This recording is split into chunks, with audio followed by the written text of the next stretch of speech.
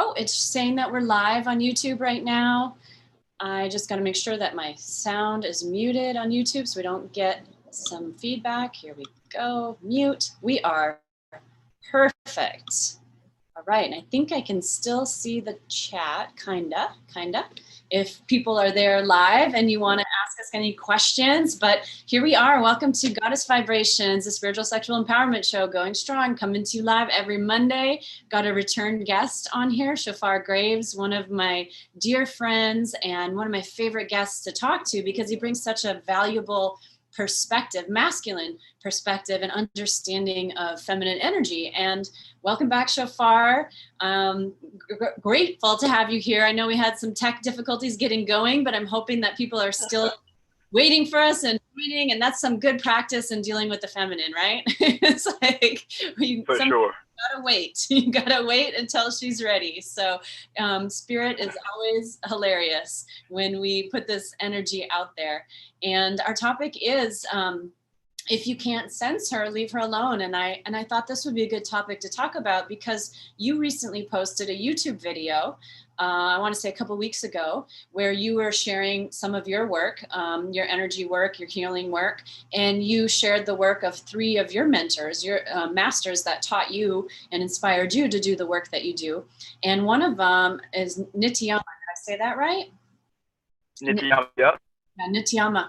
And he had a line in how he was describing like feeling and sensing the feminine and what she needs.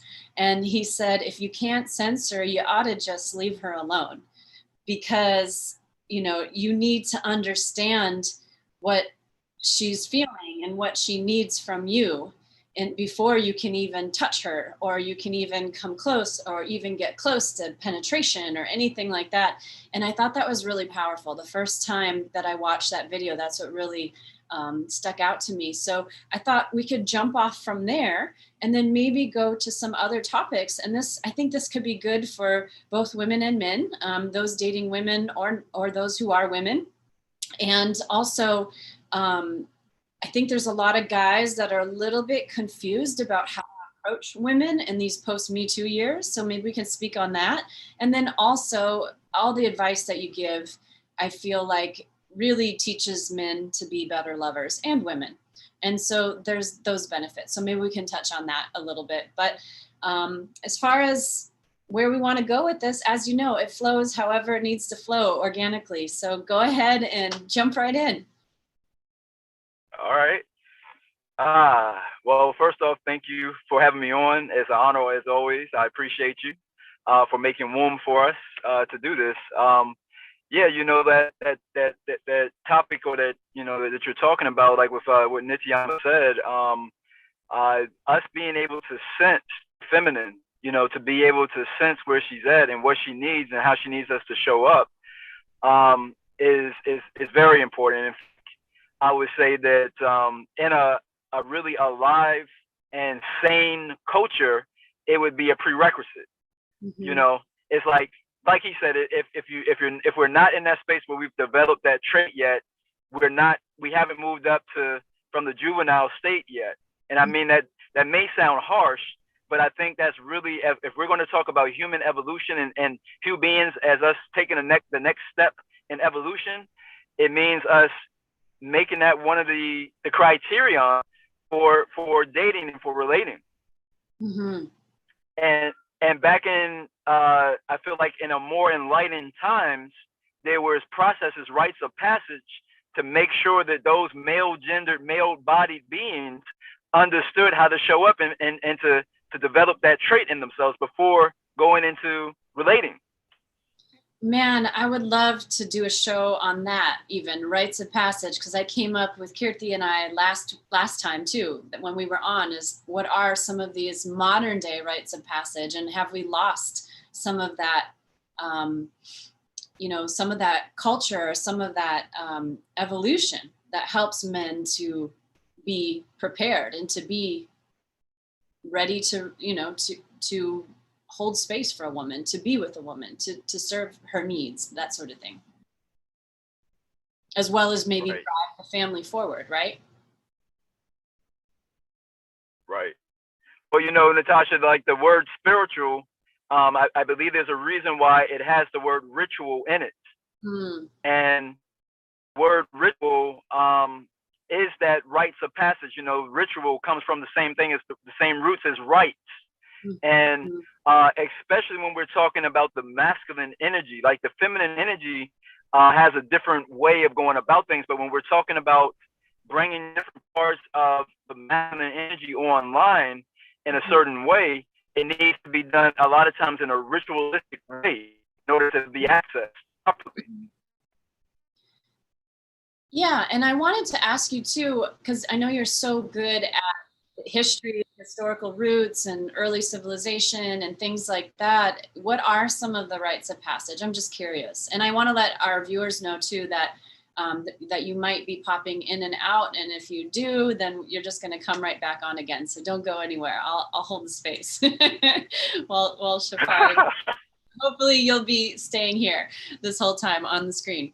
But yeah, what are some of the rites of passage that men went through back in, you know, what more tribal societies or ancient societies? You know, I think, Natasha, it was different. So it depends on, like, when we talk about the ancient Kabbalah or ancient Kemet, the Yoruba of Nigeria, it depends on the tree of life. When we talk about the tree of life, or basically the different personas or deities or angels or Orisha, the different personality traits that we're trying to bring online. So I believe that each archetype had a different ritual to bring it online. So for instance, if there was something that needed to bring the warrior online, man, there was something probably dealing with like going out and, you know, doing something that would, you know, he would have to invoke his courage. You know, he would have to invoke his physical courage, because there may be danger. There may be danger. He could possibly lose his life. He could possibly get injured. And he would have to use his courage to push past that, and push past the fear. Like, you know, fear. I mean, the danger is, the fear is not. You know, we may be in danger, but I don't have to fear it. And that's something that the man. So that would be one rites of passage. You know, and then another one, like for what we're talking about. There would be something where the younger man might sleep with an older woman who would help him to open his heart so that he could begin to feel the feminine. That's amazing. You know, I was just watching Habib's, he was doing something, it came up on YouTube because I was watching the Sacred Waters documentary again, because I think the full 30 minutes is on YouTube now. I couldn't find it before. And they were talking to the people of Rwanda, and they're asking him, how do you learn this kunyaza technique that, you know, Habib talks about, as you and I know. And for those of you who are just tuning in, one of the probably the most popular episode we've had on Goddess Vibrations was with Habib Akande, where we talked about, can every woman squirt? And so squirting is a very natural phenomena in Rwanda, as is female pleasure. And there was a documentary called Sacred Waters about this cultural practice. And the men were saying, you know, they're asking the men, how do you learn it? And they said, well, we learn it from the women. We learn it from, you know, an older woman or a more experienced woman. And she learns it from either her grandmother, or she learns it from, you know, maybe a senga or the kind of like the village auntie or the person who's almost like a sexual teacher, sexual shaman, medicine woman type. And it was interesting because it was passed down through the women. It was an expectation that he not only knows that technique and he knows how to please women, but also from the feminine perspective, the documentary was saying that she also ought to be able to do this to please him, because it's going to also please him, you know, to awaken her in that way. But it was very clear that, you know, each plays their role, each plays their part in that process. So I thought that was, that's really interesting. And it's interesting, as you're saying, talking to an older woman to open the heart, because the kunyaza technique is so much about understanding women first and what turns her turns her on and gets her to that state of high arousal before you would even penetrate. And that is the key, right, to this technique from the documentary, from what they were saying. Right. You know, and part of that ability to be able to feel, Natasha, is, in my opinion, is us being able to go into you know, sex, as as I like to call it, sensual emotional exchange. You go into that place meditatively, so that we're now into the emptiness. Because if I'm going into the bedroom with different agenda and different things that I want to do and everything, I'm limiting. You know, if I'm going with an agenda from A through D, you know, possibilities A through doggy style D, you know, and I got all of these things already mapped out in my mind, right? But what if it's X, Y, Z? Yeah. You know what I mean? What if X, Y, Z needs to show up?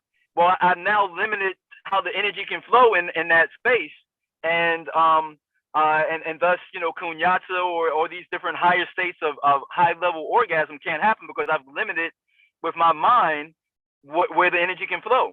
Mm-hmm.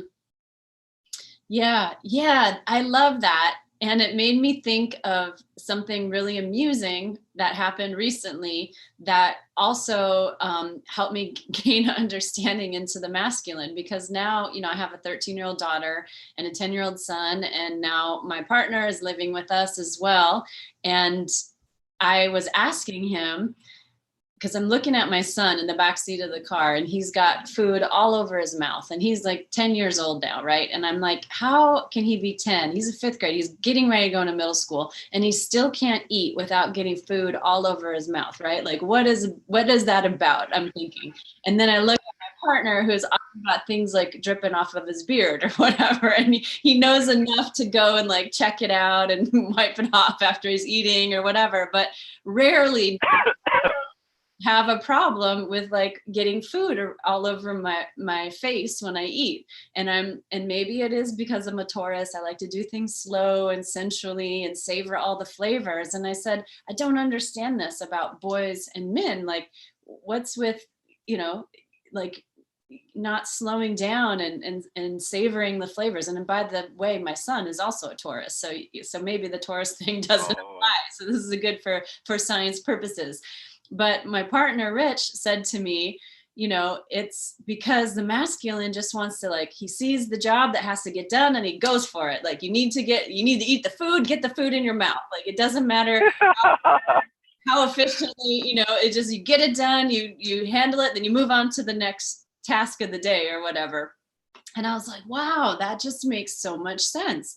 And it even makes sense sexually, why men tend to, and then I brought that up to him, like, men tend to want to just go right in there and, like you said, execute plan, you know, and that's in every other thing, every other maybe responsibility in life, they're praised for that decisiveness, having a plan, taking action. Even in business, you say, have this plan, do this, and then you do follow steps A, B, C, be consistent, do the same thing every day. But then we get into the bedroom and we have this feminine energy being. It doesn't really work that way. It's a whole different world.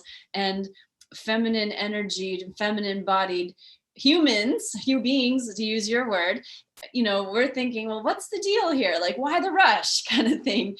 And understanding that about the masculine subconscious and the masculine mind allows us to not take it so personally and be like, oh, you know, he doesn't want to savor us. It's just that he's like, boom, boom, boom, you know, get going. So I think that's what I was thinking about as I was listening to you talk. Mm-hmm. I don't know if you've heard that from that perspective from other men. It seems to apply. No, that oh yeah, and both energies are divine, right? You know, both of them are godly. They're divine qualities. I think that when we talk about in the bedroom, we need to be able to bring both of those energies in, right? There is a time to boom, boom, boom, and you know, you see it's like, okay, we're doing the A through Z thing, and then you see that it's R and S. And you focus in on R and S, and now you do the bang, bang, bang, but you're focusing in on R and S, you know? So to be able to go in it back and forth in between those energies is really, I guess, the most ideal or most optimum. Mm-hmm. Yeah, absolutely. And I think too, I want to talk more about Nitiyama and kind of what his teachings are and what he would, he was really saying with that statement as well. Sure. But I think, in the email that I sent out to my newsletter, letting people know that what the topic was and that we were going live soon, I said, the best pickup line is still a simple hello, because you can feel your energy. And so that hello is just putting it front and center, but she already knows kind of who you are by the way that you approach her and the energy that you embody. So if you have this energy of like, got to get that number, she can already feel that. And she's going to, unless she's, there's this miracle, she's 100% like, no, she's into you right away because there's crazy chemistry. Probably she's not going to give that number when that's the goal. You have to finesse a little bit. But like you said, if a man approaches and he has this ability to connect to a woman's heart or to understand a woman's heart, and he simply wants to admire her energy or be in her energy for a little bit, just be close to her, laugh with her, see her smile, no agenda, that 100% of the time is going to be a better strategy. And it might not end up in a phone number, but it's certainly not going to end up in a rejection either, if you're feeling and sensing the energy, right? For sure. We got to channel our Ray Charles, like in the movie Ray Charles and everything, and he's and he feeling on the wrist and everything, and make it do what it do, baby. You know what I'm saying? Like he could literally feel just through the wrist, he could feel her energy, and that's what we're talking about, is that ability to make it do what it do by, the eye contact. They call it eye contact. You're still touching. That's it. We got to get over this body thing, and that's what Yama is talking about. Like we're so we limit what our body is. I like to. This is something I like to to challenge people to think on. It's like I would think of body. Our physical body is like our dense spirit. Our spirit is the physical body is dense spirit, and we call spirit is just higher vibrating body. But they're one and the same, So while we call it eye contact, and the ability to feel someone, when we have a sense and we're feeling like, oh, I can tell she felt sad, or I can tell, it's like we literally use the word feel. That's for a reason, or to be able to hear and tell people that the word hear is in heart, and ear is in heart. So in order to really be able to not just listen, but to really hear someone, the heart has to be involved. Absolutely. And, that even reminds me about in the couples therapy work that I've been trained in and that I do, trauma triggers are the things that often get in the way of couples getting along. Or, if fights come up or like those really nasty fights, usually both members are being triggered. And it usually comes from childhood things or childhood patterns that are now being played out by the partner, right? And yet to move through that, what you need to do is to know how to deal with those triggers individually. Like your partner can help you, but it's really your responsibility to deal with those triggers, because when you can deal with those triggers and calm down the nervous system, that's when you can be in your heart. And this even goes with the racism conversation as well. The reality is that all humans of all colors have experienced trauma at one point. If they live long enough on the planet, they're going to experience some kind of trauma, right? And so it is hard for another person to fully hear, like you said, with ear and the heart, when they cannot access their heart because their trauma keeps coming up. As we hear someone else's trauma, our own trauma gets activated a lot of times. And so we have to have the skills to manage that. And for people that are watching this right now, a great book is Getting the Love That You Want. Fantastic book. that brings in child development, family systems, early psychology, spiritual connection, all of it. It's really lovely, and it's on Audible as well. But then you can listen from the heart. You can open your heart because you've been able to put your stuff aside, and it feels like that's sort of what Nityama is talking about with this rite of passage. An adult is able to put their stuff aside and be present for another human being, hopefully, that so that they can biologically have offspring or children or become the leaders of their community or whatever. You have to create that ability, right? And so that's what's coming up for me as I listen to you explain this. No, I think that's totally, that's it. And until we have developed that ability, we should probably kind of leave intimacy alone. Because especially when we're talking about dealing with the feminine, because the feminine is as powerful as a butterfly is, right? Like to go through what a butterfly goes through, that's a powerful little being. Mm-hmm. And yet it is very fragile. Mm-hmm. You can touch the wings too hard, you can fuck it up. And that's the feminine in all of us, and a part of being an availability of being vulnerable, of being the feminine energy, in that it also makes it very, you've got to be gentle with it. And, or you can make damage, and of course it can heal and all of that, but it's like, why do the damage in the first place if you can help it, right? So until we have learned how to bring that ability online to be able to feel the other, first feel our own feminine and feel our own self, and then be able to connect to other, we should just chill out. Mm-hmm. Mm-hmm. Yeah, sort of like that what is it, Of Mice and Men with Lenny, when he gets so excited about the mice that he squeezes them to death. Is that the movie? I don't know if or it's a book, but it turned into a movie. But he's like, oh, I love the mice, and then he holds them and hugs them so much that they die. He strangles them, and so again, he's embodying this masculine way of loving, right? It's like, oh, I love you so much, I'm gonna squeeze you so hard.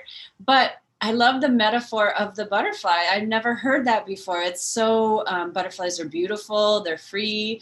They flutter around. They help pollinate flowers. Like you said, it's gentle but powerful. Not only the cocoon process and becoming, this transformative energy, but also the little flap of a butterfly wing can completely change the weather pattern. And so we see how energy works. The smallest little adjustment often has the biggest change, rather than this big forceful change. And that's what we know when we study energy medicine as well. And yet it also brings up butterfly kiss. Do you know what a butterfly kiss is, Shophar? That the little I don't. The eyelash. No, what is that? When you kind of blink your eyelashes on somebody's cheek, and you just kind of, or you on their nose or whatever, it's like a butterfly kiss, because it's just the smallest little flutter. Yeah. So okay. Be give me a butterfly kiss, and then you just blink your eyelashes on their cheek. But really, that's about the pressure we should be using on the clitoris, right? When you first start to move into that area, hopefully after massaging, touching, or even feeling the energy like you're talking about before you even make skin to skin contact. But once you're in that area, it's about that light to start with. And to, it's a very sensitive area, just like a butterfly wing. It's got 8,000 nerve endings, twice as many as the penis, as the head of the penis. And so this is, just in having this understanding, I think, between the masculine and the feminine, there's so many things that get misunderstood, and then people get hurt and they shut down, like you said, because you're maybe not ready for this intimate relating stuff, which is serious, heavy duty, vulnerable space, right? To navigate. Mm-hmm. The thing to extend ourselves and not limit ourselves to just that physical body, like we were talking about, Natasha, is to be able to feel I love that, the butterfly kiss and all of that. To start practicing that is okay, it's if I know that my lady has a challenge at work and she's got a big meeting coming up today, at work, and and she maybe sent me a text and told me that the meeting didn't go good. You know, I already know that there's certain things going on in her energy field. Like maybe there's some anxiety, there's some these different things are alive already in her feeling. So I now move through the day already transmuting that in my body. So I'm already making love to her. Long before I make physical contact with her, I'm already, you see what I'm saying? That's what we're talking about, is like to start to be able to sense each other. So let's get real clear with folks watching. When you say transmute, say they're at home, their wife sends a text message, said, oh my gosh, just had this horrible meeting, and then this happened, my car got a flat tire, but somebody help me fix it. I'm on my way home, but I'm gonna be late. Maybe can you get dinner started? If you're the masculine partner at home and you're hearing all of this, and you're hoping that maybe later on tonight there might be some love making, what is your first step of that love making, describing it, that transmuting the energy? What are you doing at home as your... Well, the first thing we need to do, Natasha, that I think would be helpful for the listeners, is to really enter and understand a different premise about lovemaking. When we say lovemaking, and this is yet another Nityama, gem drop. I remember being in a workshop with Sasha Cobra and him, powerful workshop to have the two of them together. And he was like, well, what does it mean to make love? When we say the term, like, I know it's a colloquial phrase or whatever, but what does that literally mean? What is the etymology of that? And, nobody knew or whatever. He was like, what we mean when we say make love, where that comes from is that the things that do not feel like love, the anxiety from the meeting, the sadness of, whatever else is going on, anger, all of these things that are, I won't say they're lower vibration. I like to call them soil emotions that we grow from, right? That the roots grow from. These things can be transmuted or alchemized into, if that's the soil, if that's the roots, we can now grow branches, fruits, flowers, from that soil. And the way that we do that is by being present with them, breathing through them, feeling them, not bypassing them. No, we're here, and the meeting was shitty, and we're going to feel it, but then we're going to feel it fully. We're going to let it have its way with the body and really work its way through. And we may do that in place of just a hug. It may be as I'm making dinner for her with that intentionality. It may be with a back rub. It may be a drive home. All of this is happening before I even put my dick in her. Like, so these are all the different ways that we start to literally make love. Yeah, I hear what you're saying. I'm grateful to be completely adored by a man who understands this as well. And I feel like I'm being made love to 100% of the time, which is such a blessing to have that kind of support. And so that's a game changer, I feel like. And also, I would say that when I work with couples, probably the most common complaint is what you're describing. And so it's beautiful to hear you describe it so well, how it's done right. But what happens often is that she'll be feeling something, and she'll be she's got big feelings. And because women are also hormonal beings, we're going through hormonal fluctuations, whatever, that also impacts this. And she's can't help but have that critical voice spill out, or the complaining, or the angry words or whatever, and he does not know when it's going to stop. So he immediately either withdraws or gets fearful or has to make it stop. And I really, truly believe this is because men have a really hard time seeing the woman that they love and adore in pain. I think it's very, very hard for them to see her in pain and not have the solution and not be able to get her out of it. But what you're doing right now is telling our listeners how to get her out of it. You're saying you can't sidestep it, you have to go through it. And I always think of the metaphor of surfing. If you're trying to get over those big waves with that board, you're going to get tousled and flipped. But if you duck dive and slice right through the wave, and then pop up on the board and wait so you can surf the next one. That's how you get through it. And that's how we get through emotions too. Dive right in fearlessly, like you're talking about, these rites of passage fearlessly. And also, I think what helps with that is if you both decide on a time frame. Because the reality is people are busy. They got kids, they got dinner to put on or whatever. So we say like, okay, we're going to really feel this for however many amount of minutes. And even in that amount of time, she might not be totally clear after that, but at least it gives him this sense of like, okay, it does have an endpoint. And I think we've all been in those like work meetings or social situations or whatever, where we don't know when the endpoint is. And we're like, oh my God, like we start to get a little panicky and like, oh, I don't know when this is going to be over. When am I going to, I'm uncomfortable or whatever else. And I don't know when it's going to be over. So I think that's a natural, probably masculine concern to have, masculine energy, let's say, concern to have. Right. I think so. Yeah. So I think that's, it's just it's a beautiful tool to be able to help her move through it. So how do you do that yourself, or how do you teach the couples that you work with to hold that space and to dive right in? So the biggest thing, the one thing that the best practice for me is that embodied practice of breath. Mm-hmm.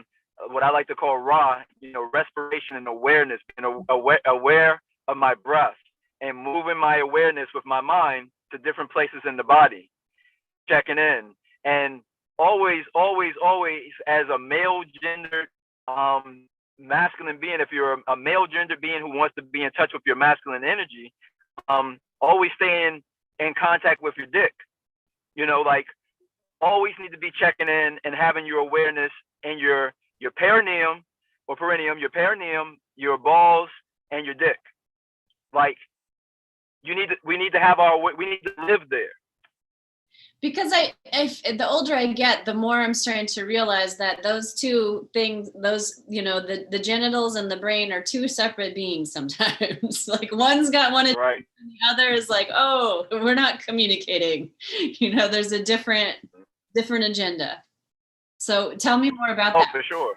What does that look like? Well, so what that means is like, like if we take our finger right now and we put our awareness on our finger, mm-hmm. And then we can get even more detailed than that. It's like, okay, now trace the cuticle, mm-hmm. With your awareness. And now you can see the wrinkles in your fingers now go through there. Mm-hmm. And that is what I mean, is like bringing our awareness to the body and being somewhere in the body and wanting to always and learning how to do that as a male gender. And it's like, it always comes, the number one thing is you're always going to stay connected with your roots, your dick. And then from there to also be able to feel other places in your body or other places in her, your lover at the same time, so, but always keeping part of your awareness in your dick, mm-hmm. And that helps build more energy there, like, it's not so much that the body of itself is already energized, but the way that we make that go up exponentially is our awareness to it. Mm-hmm. It's like bringing our awareness to what's going on and how does it feel right now, like sitting with my pants or whatever and being able to feel like what's going on with my dick. Most of us men, if we really are honest, we're walking around with numb dicks, and the only time we're really aware of them is when we're getting ready to either masturbate or, have sex. Mm-hmm. But we should be in contact with it way more. And for the feminine, yes, be in contact with the yoni space, but even more so is the breast. It's like, what is going on with my heart and my chest area? What am I feeling right now through that vessel? How am I interpreting the world? Mm. Oh gosh, that reminds me of my other favorite part of the video that you posted, where the first guy was a Master Yao. I think he was doing this energy technique, and he's like, I don't know if he was doing qigong or something different, but he's you can see he's like building the energy and there's a woman fully clothed laying on the table, and he kind of just barely turns toward her, just kind of like this. Her eyes are closed, but her body like responds, as if Right. as if a strong wind kind of hit her. Her body already kind of responds. And then he just comes down, his hand like this. And it's very fast, but he doesn't touch her chest. He's just above it. And then he kind of like pulls up and she like, again, her eyes are closed, but her body goes in and then pulls up with the energy of his hand. And I'm like, whoa, that is right. powerful. So I'm assuming that that's where he chose to make contact, because that is a powerful center for a woman. But what's going on in that dynamic? What's actually happening with the energy? So I was the first gentleman, that first master that I met back in 2002. That was what really struck out to me, is that what he said, Natasha, in his book, back when I met him back in 2002, is that ideally, woman would start the orgasm first from her breast, and from there it would spread to, other places in her head, her brain, and then also going down into her genitals. For most women in Western societies, we're going to the genitals first. Like we might do, like Cat Williams, we might check the oil a little bit, and twist the nipples a little bit, and do a little something just to get the car going, and then we check the oil, and oh yep, she wet, time to go, and that's actually, if we do it a different way, the woman is probably already orgasmed before we even enter her. Right.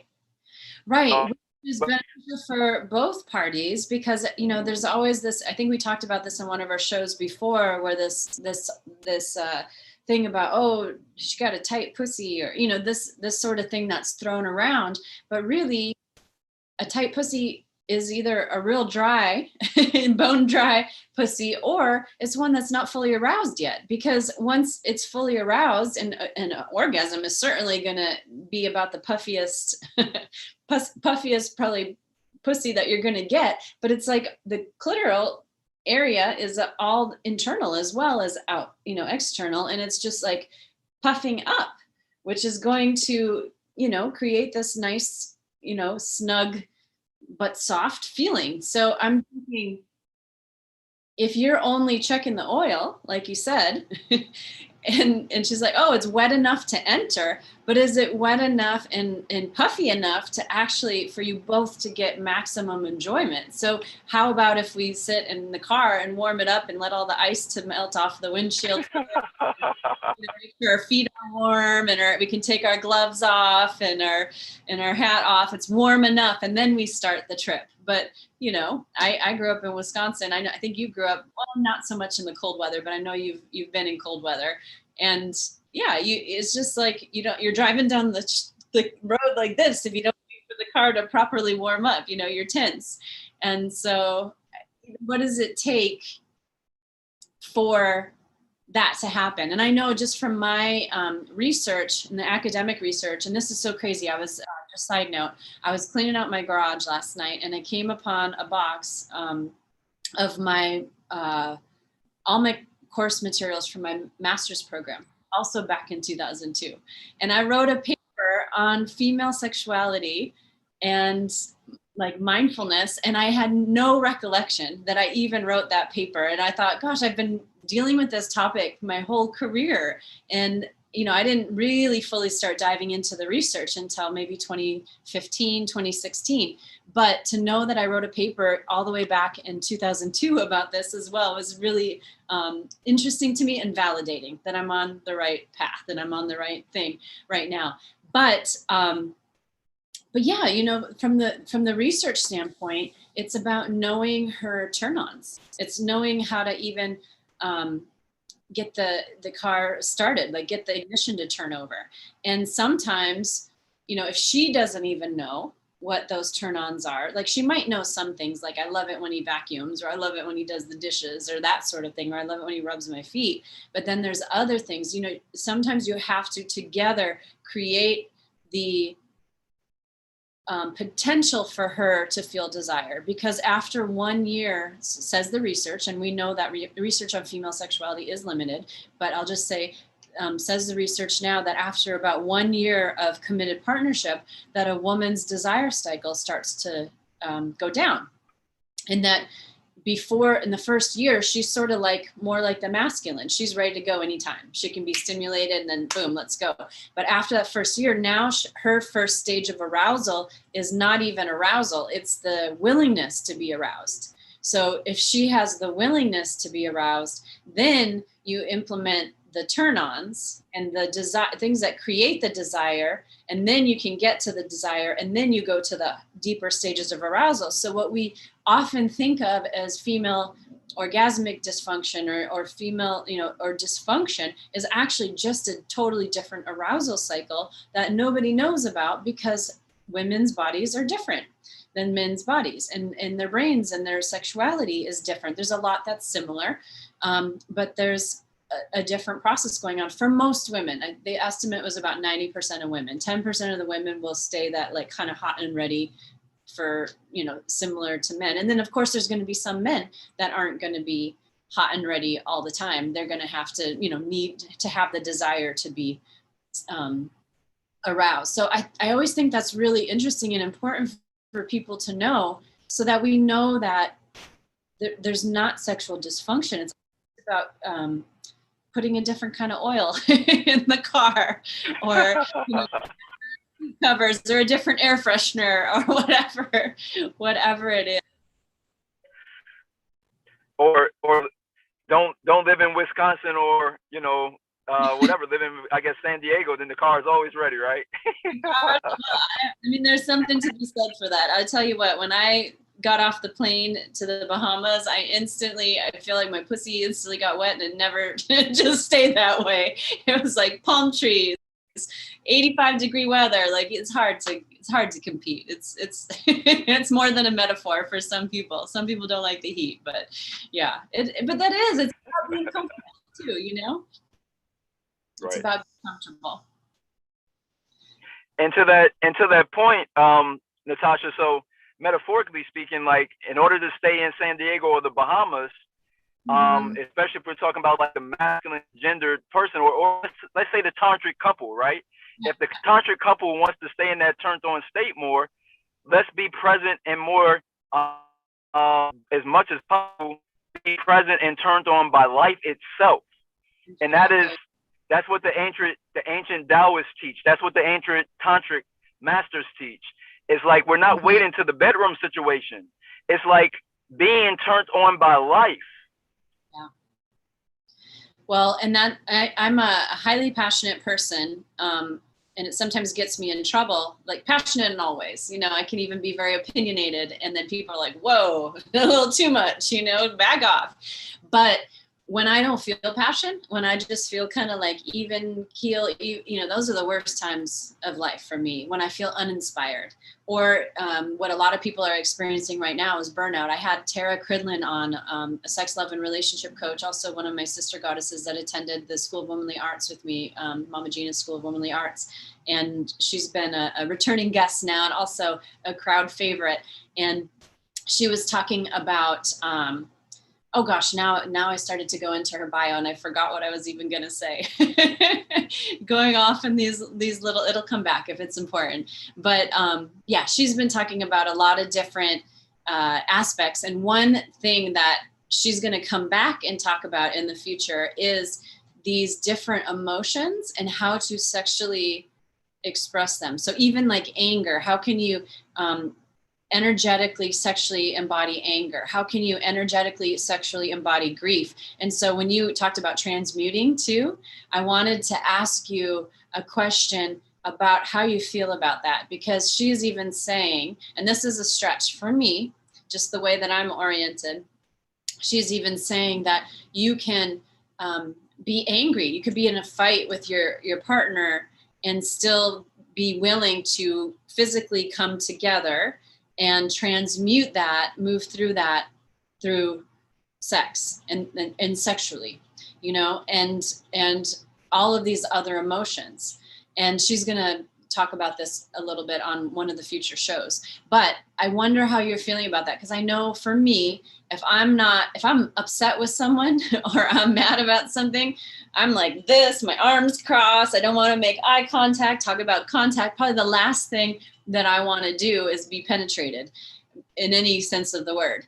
And what she's saying is, well, is there any part of you that might be willing, to have sex or come back together in this physical connection? And I could see the danger here too, because I could feel like a masculine partner be like, that's great. Like, that's totally, oh wait, that works for me. Like, because men love to get physical. They love to go play basketball or do whatever when they're processing. And the feminine tends to want to verbally process. And that again has to do with, different brain and neuroscience things, and our language centers developing much sooner, and men's fine and gross motor skills developing much sooner than their verbal centers. It's just, you see this in child development. But anyway, yeah, like I could see men being like, okay, let's do it this way, where she's not really getting her feelings heard or addressed. However, what Tara is saying is that oftentimes after doing that, they'll come back calmer. Both of you will come back calmer and like, okay, now we can talk it out. So I think probably both pieces are important, but I'm just curious what you think about something like that. It almost seems contraindicated with the work, the type of work, the subtle work that you're doing. Right.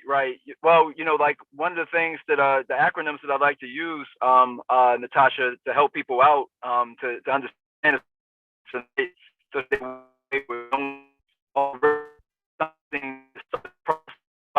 IBE, and the V vocal for voice, and part of the voice is being able to verbally express, and just be like. That's your acronym, because the audio is cutting out. Can you repeat it? Oh yeah, no problem. So the acronym is VIBE, VIBE. In order to change the vibration or change our vibe, we have our voice, our introspection, our breath, and our embodiment. So the voice part of it is very key for what you're talking about, is to be able to verbally express that anger or that sadness, and for the masculine to be able to clear space or make room for that to be done. And in doing that, just in being heard and not being not trying to fix the problem, not trying to come up with a right or wrong, just in being heard, again, heart and hearing, right? Just in being heard, that starts the process of being able to change it or alchemize it. So I definitely agree. I think this, I agree with what she's saying, but I would just throw in that verbal piece too. Yeah, exactly. I think that's what came clear to me, is that it had to be balanced. There had to be this balance piece where you're able to express. And I'm just noticing the comments. There's comments from Rich and Kirti, and so I didn't see them right away. So I'm not sure which part. Kirti says, "I know nothing about this. LOL." I'm not sure which part she's. But then after that, she says, "I can be an emotional wreck." Yes. So yeah, resonate. And I'm sure many of the women out there also are. But, I know Kirti, a big part of her work is that vocalization, even outside of the bedroom. And for me, crucial, like being able to make sound, because so much of my upbringing in a very Midwestern kind of Scandinavian family was like, children are to be seen and not heard. And it was like, if you made any vocalization, like talk back, or even you're not allowed to burp or fart or anything like that. If you did, it was like such shame, and then you get into these very intimate spaces where your body just naturally does body things. And then it immediately, something that's so very natural brings on shame. There's so much to unwork and uncover. And honestly, what healed me from that was childbirth, because the whole process was so messy and just like, you can't help but yell and all of that. I'm like, okay, once you've been through that, you're not going to really feel too much shame anymore. But I really love that vocalization, that piece is so important. And of course, Kirti and I did an episode too about the connection between the vocal cords and the vagina. And anybody watching this can go back on the playlist and check that one out. That was a really great episode. So yeah, and then okay, looks like Kirti said something else. Let me see if I can scroll up. I'm working with a smaller screen now, so I've gotta like maneuver it around to see the comments fully. Kirti saying physical touch is one of many soothables for a wounded ego in a triggered state. Yeah, it's that to take down that trigger. Sometimes touch and forcing it can actually work against me. Yeah. She's talking about both sides. And Rich is saying VIBE, vibe. Absolutely. All right. Well, anything else coming up for you, Shophar? I know we're coming up on the hour now. I want to be respectful of your time and the feminine energies in your space right now as well, and your role there. Yeah, no, I want to make sure that we're clear, like for the listeners, because we were talking about the physical touch thing or the vocal, and I think sometimes I'll just speak for myself, being a masculine oriented being, especially when I was new on this journey, I wanted to compartmentalize and have answers for, be able to go into my toolbox and in a situation. And what was really being asked of us in creation, especially in intimacy and love, is to be able to be so in the moment that, again, it goes back to what we said in the beginning. It's like we're being asked to be very dynamic, to be very quantum, and in one instance yesterday, maybe we needed to go ahead and push through. She was angry, and yes, go ahead and give her some physical touch anyway. And then the next day, that is not what you do. It is totally different, and it's a different situation, and you need to help her vocalize. And then the next day, the third day, is something totally else, something else showing up. That is what really is being asked of us. Mm-hmm. Absolutely. And thank you for speaking to that, because I think it helps soothe both the feminine and the masculine folks that are listening, because the feminine's like, yes, like feel me, sense me, see me, understand, pay attention to what's going on. That's what women want, really. And also for the masculine to know that you're not doing it wrong. Like, just because what worked yesterday isn't working today, you're not doing anything wrong. It's just the fact that she's in a different space and you're adapting and adjusting to her. And it's interesting. Rich and I just watched this movie, Take the Lead, which was kind of cute because they were dancing. It's got Antonio Banderas, which everybody loves Antonio Banderas, but he's a dance teacher in this like kind of troubled school, right? And he witnesses this crime, and so he becomes a teacher there to kind of help out. And the metaphor of the dance and the masculine and the feminine. And I was involved in a, what would you call it? A group, I guess it was a men's coaching program that I was asked to come in and be one of the feminine dance partners for this thing. And that's actually how I met Carrie Nola, because she was one of the feminine dance partners as well. And then of course, Carrie Nola is how I met you in person, because we both attended her Healers Code conference. But I first met her in this, we were 4 ladies, and then she started saying that she was a therapist. I'm like, oh, I'm a therapist too. So we connected.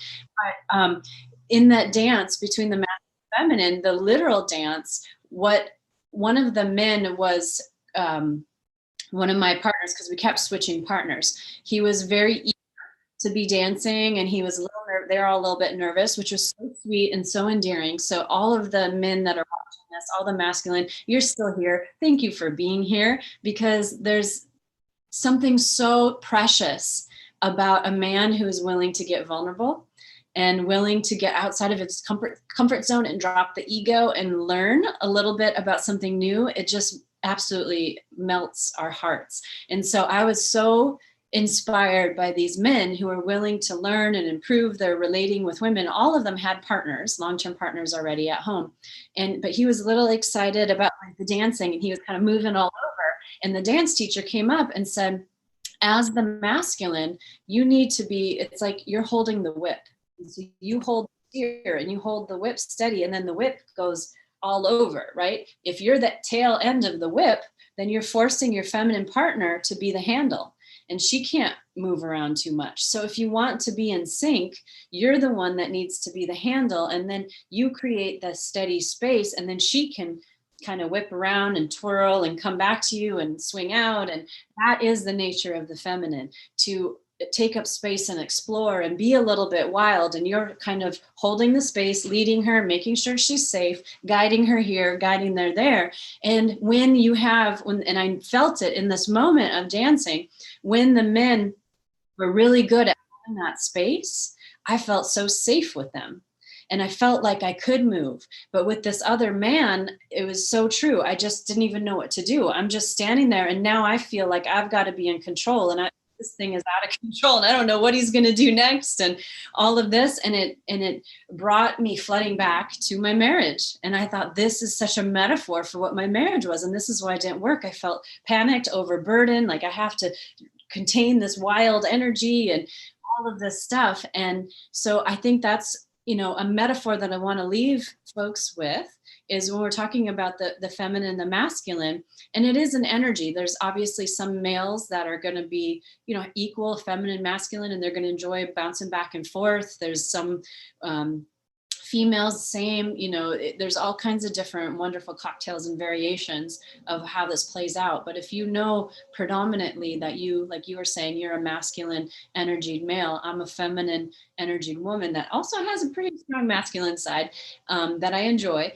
But that is my primary space that I enjoy being in, is that feminine energy. And so for me, I'm still learning to soften and follow the lead of, but you need that strong masculine to be able to trust enough to follow. Or I don't know if you want to call it surrender or submit, or I like soften. I like soften the best, because it doesn't have it's more trauma informed, I feel like, language. But I wanted to share that too. And Chad just popped in too. He says, peace, fam. Thanks for joining, Chad. Glad that you're here. The gang's all here. Peace out. Yeah, peace out. All the strong masculine are here. I love it. I love it. Rich is saying one. Yeah.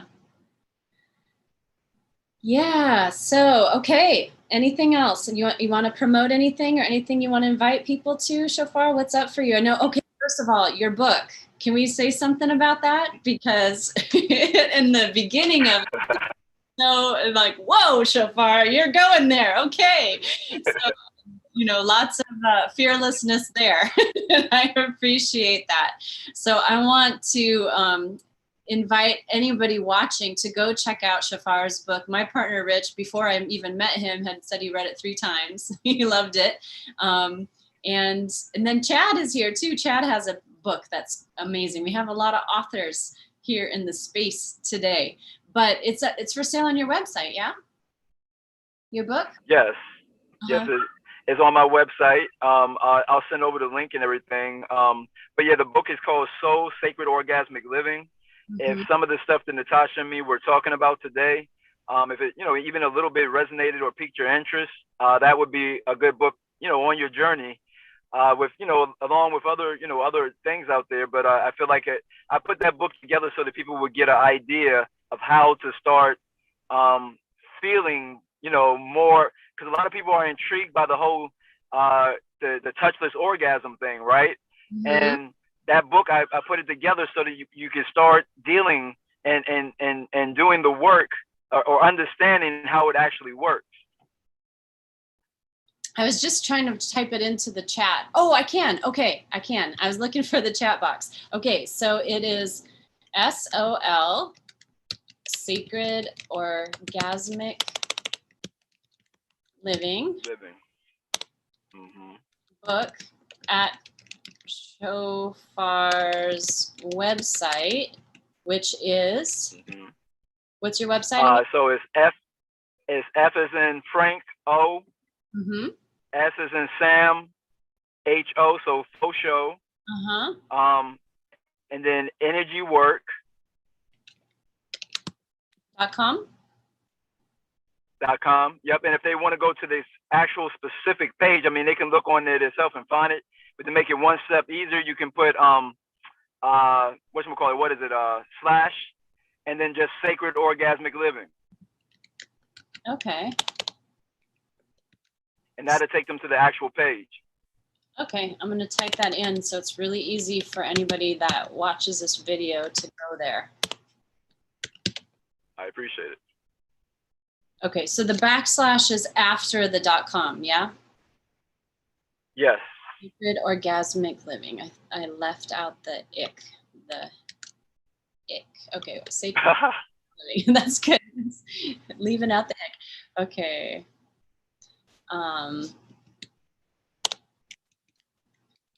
Okay, I say check it out to learn more about this topic. All right, and then also, you know, just inviting everybody here to sign up for my newsletter so that you get notifications of future shows. I anticipate Kirti's here every 2 weeks, who's Shophar's partner, and Shophar will be back. We've got Tara coming and dropping some juicy knowledge as well. We've got, sounds like some more exciting guests coming up in the future. I don't think this show is going anywhere anytime soon. I think it's going to just keep getting stronger. Hopefully, just like your only going up, only going up, only going up. Yeah, absolutely. So thank you to the tribe for joining. Thank you to everybody else who's here live. Please come back every Monday, 7 p.m. It's always exciting, uncensored, authentic, honest, fearless guests. So that is what we do here. Thank you so much, Shophar. Really appreciate your time and your attention, despite the tech issues and all the stuff going on today. You still were present. So I always appreciate that about you. Such a pleasure. I say. All right. And reflection to you again. Thank you for making room. I appreciate you. Peace, family. All right. Good night, everyone. See you next week.